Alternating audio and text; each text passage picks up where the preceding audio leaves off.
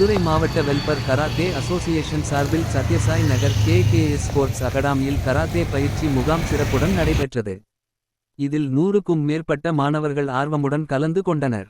மேலும் இந்நிகழ்ச்சியில் தலைமை பயிற்சியாளர் ராஜசேகரன், மாவட்ட செயலாளர் கார்த்திக், தலைவர் வைரமணி மற்றும் மதுரை மாவட்ட பொறுப்பாளர்கள் இளவரசன், கணேசன், பால்பாண்டி, ஐயப்பன், சதீஷ்குமார், சுரேஷ், கனி, ராஜா, அருண், கலைக்குமார், பிரகாஷ், முனீஸ்வரன் உள்பட ஏராளமான மாணவர்கள் கலந்து கொண்டனர்.